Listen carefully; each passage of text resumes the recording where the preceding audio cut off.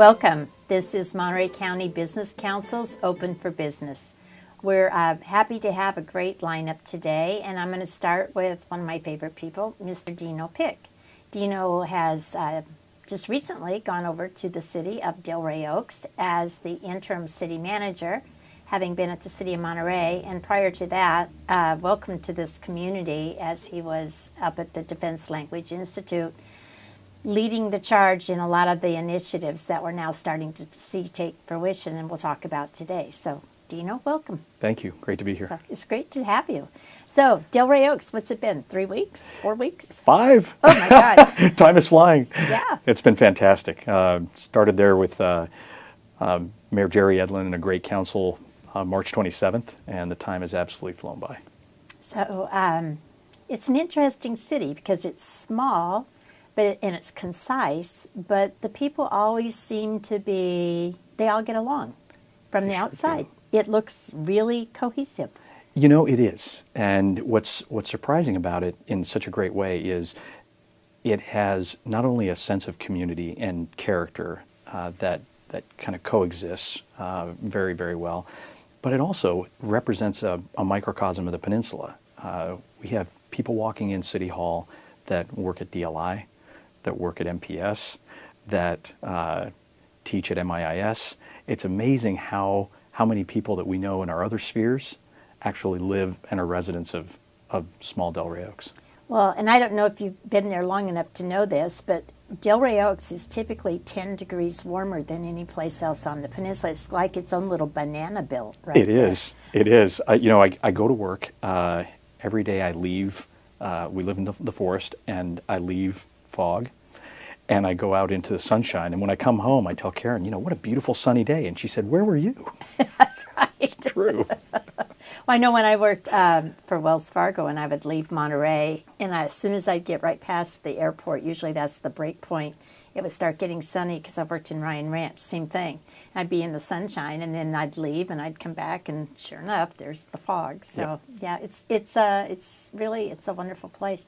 A lot of young professionals too, I think, are attracted to that city, which is really good for the future.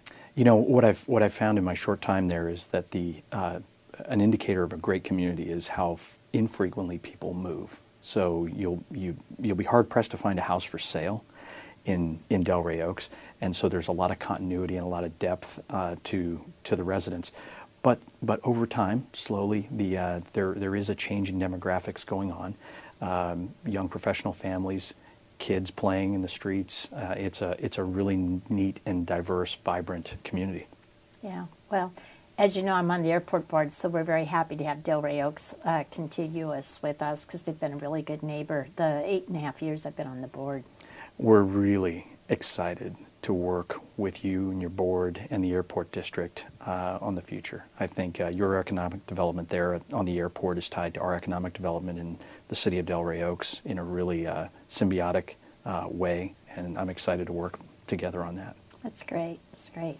So I just want to talk briefly because we just had Language Capital of the World's Cultural Festival, yes, which you were very instrumental in. So congratulations. It was a great event. Thank you. A lot of energy, and it's so smooth the way it ran this year.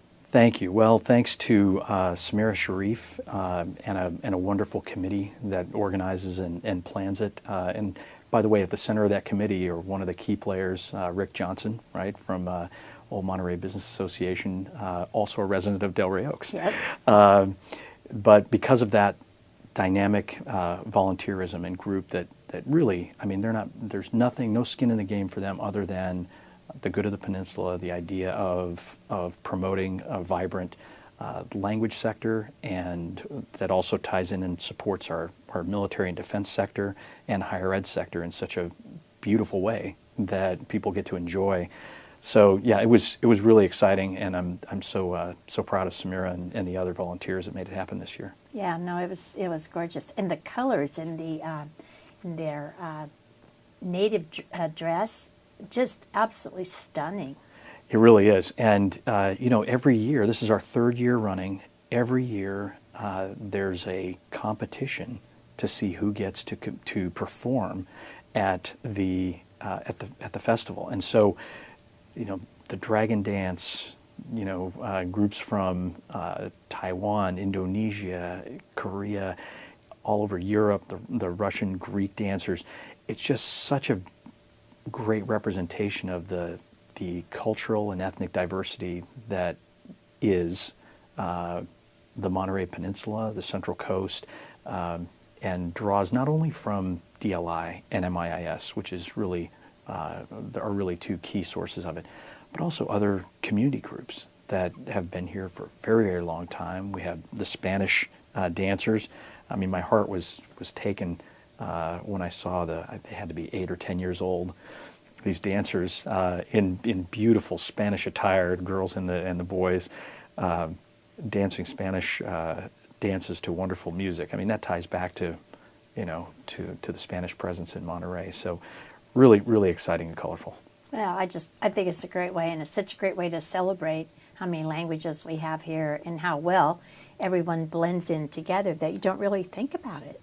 No, you don't, and not while we're not thinking about it, they're forming, as you know so much better than I do, such a vibrant part of our economic vitality, right?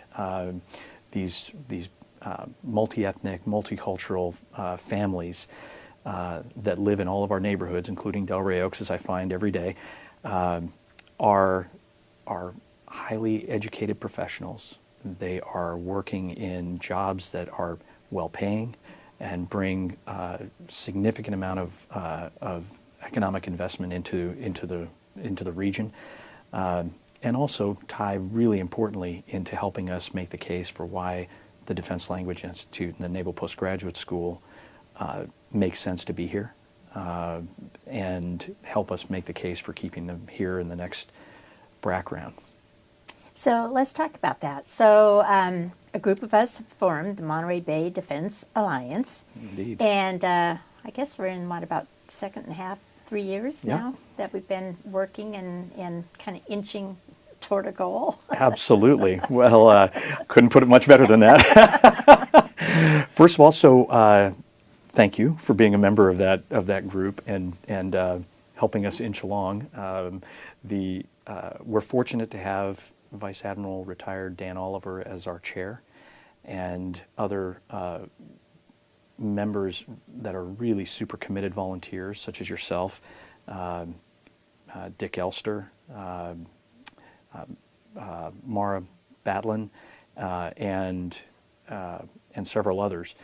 The City of Monterey has played a key role in facilitating that group's creation. And I think we're on the cusp, again, thanks to your efforts. We now are a 501.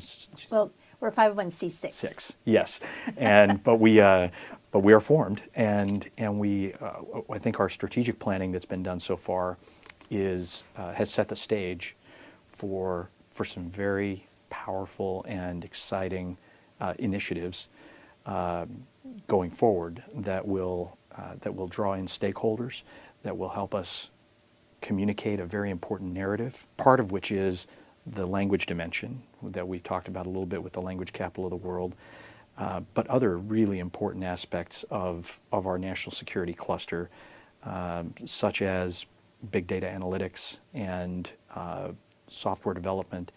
I was pleasantly surprised to find in Rey Oaks a company that you know of very, very well, Rowland and Associates, that is a defense firm that produces a software platform that is used by the Joint Chiefs of Staff to support every joint training exercise around the world. And that company is based here in our area, and is a vibrant part of this big data analytics software engineering cluster that I'm really excited to learn more about, and have benefited from the expertise of Dick Elster and others. And I think we're on the cusp of starting to tell that story, and frankly, to realize the economic benefit from it. Well, it's interesting, the cluster meetings that we had, It was interesting because we had some of the professors from CSUMB. We had some students that were doing research at Middlebury. And then we had, Northrop Grumman and Advanced Onion. But we had a lot of people who are actually in the field, either at the Defense Manpower Data Center or at NPS or through DLI, and then a lot of the security firms that are around here. So I think we have a really good story to tell. And before you and I leave today, we'll get a date where we'll just reconvene that group and take it forward and take it back to where we were. See if we want to meet either end of the day or the beginning of the day the way we were. And, I think it worked really, really well. And I think we were running about 25, 30 people at every meeting. So that's a good core group to work with.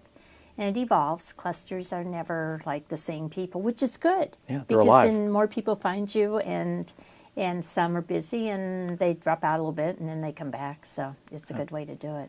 I would love to do that. And I think, as we look at the world we face today, and the threats posed to our very political system by interference from foreign actors in the cyber domain and in the information domain, Monterey is really poised to be a vital player in that national security domain.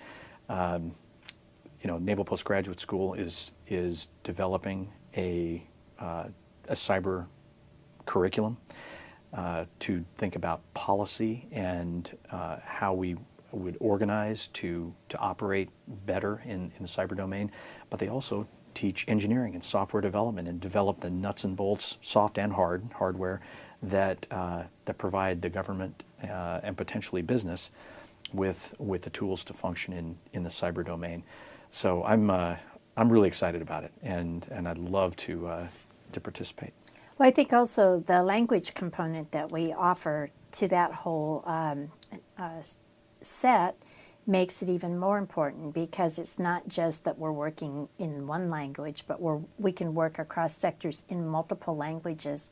So we have that also right here if someone needs to be able to interpret or translate or to understand what it is that they're seeing or hearing. Absolutely. And and again, thanks to your efforts on the Monterey Bay Defense Alliance, I'm really excited about what a economic impact study will show us in terms of what we have in these various clusters, how they interrelate, and give us the tools to see how we can develop them even more.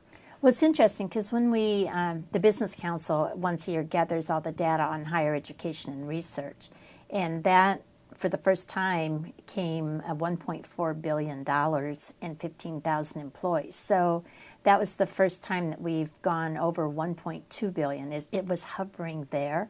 So it's kind of nice. And part of that does include some of the military numbers. So it'll be interesting to take out some of the Department of Defense and then make it its own economic impact. So we should have that done, I would think, within the next 60 days. So we'll be able to release it and take I'm excited about it. So, yeah. When I was at DLI, my resource manager used to say, "Sir, when I'd ask him about economic impact, he'd say, 'Sir, we're bigger than broccoli.'" And so it'll be interesting to see how the whole sector looks. Well, don't tell Gina Broccolini. Great video, by the way. For everybody who was not there on Friday night, the Business Council had its business gala, and we honored Man Packing. And Man Packing has a fabulous video with Gina Broccolini, who is Gina Nucci. So she's adorable. It was just hysterical. They stole the show. Yeah. They've actually got 2 or 3. She's got one with her nephew, too, that is it'll just make you cry. You laugh so hard. They have fun with vegetables. There's no doubt about it. Watching that video makes you want to go to work for Man. It does. So good for them. Yeah, it does. A place where you can have a little sense of humor. Exactly. Yeah. So back just a second to the Defense Alliance. So I know that people have been wanting to get involved, and I think it's a little premature as we do some of this groundwork. Right. But I would say within maybe 6 months to a year, there will be a lot of a call for the community Yes. to really embrace the information and then become advocates for the installations that we have. I think so. And look, I think there are already advocate groups in terms of the Naval Postgraduate School Foundation, the DLI Foundation. There are members in our community that are, as both of us know, that have helped in the past, are poised to help going forward. And so what's going to be exciting is as we continue to sort of operationalize the strategy that we've developed, how that will allow all of these wonderful stakeholder groups to participate in ways that I think many of them are just waiting to do. Yeah, I think so. You know, people just need some tools. They need some sound bites that you can give them, and then they become part of your mission of going out and telling everybody how wonderful we are and how much we can do to really help the U.S. security and help national relations. So I like that. Yeah, we have a lot of ambassadors out there. It's a good thing. Yeah. So Rey Oaks, Monterey Bay Defense Alliance, language capital of the world, Yes, indeed. and sailing. There's a little sailing going on from time to time. There's also the Big Sur Marathon. I'm proud to serve on that board and That help was that. a great event this year. The town was just full of happy people. It sure was. Happy, healthy folks that converge on this world-class location. Super proud to help do it this year. And I think that every year the Big Sur Marathon calculates what states participated and what states didn't. And I think this year every state but South Dakota had representation on the course. So I'm really excited about that, and also the Rotary Club of Monterey, who was the presenting sponsor this year at the Language Capital of the World Cultural Festival. They do so much good, and we're excited to be part of that as well. Well, thank you. Thank you so much. Sorry, got a little tickle there. We'll do this again, Dino, and thank you for what you do for the community. Thanks for having me. So Really a thank pleasure. you. So don't go away. We'll be back in a minute. Monterey County Business Council, open for business. Thank you.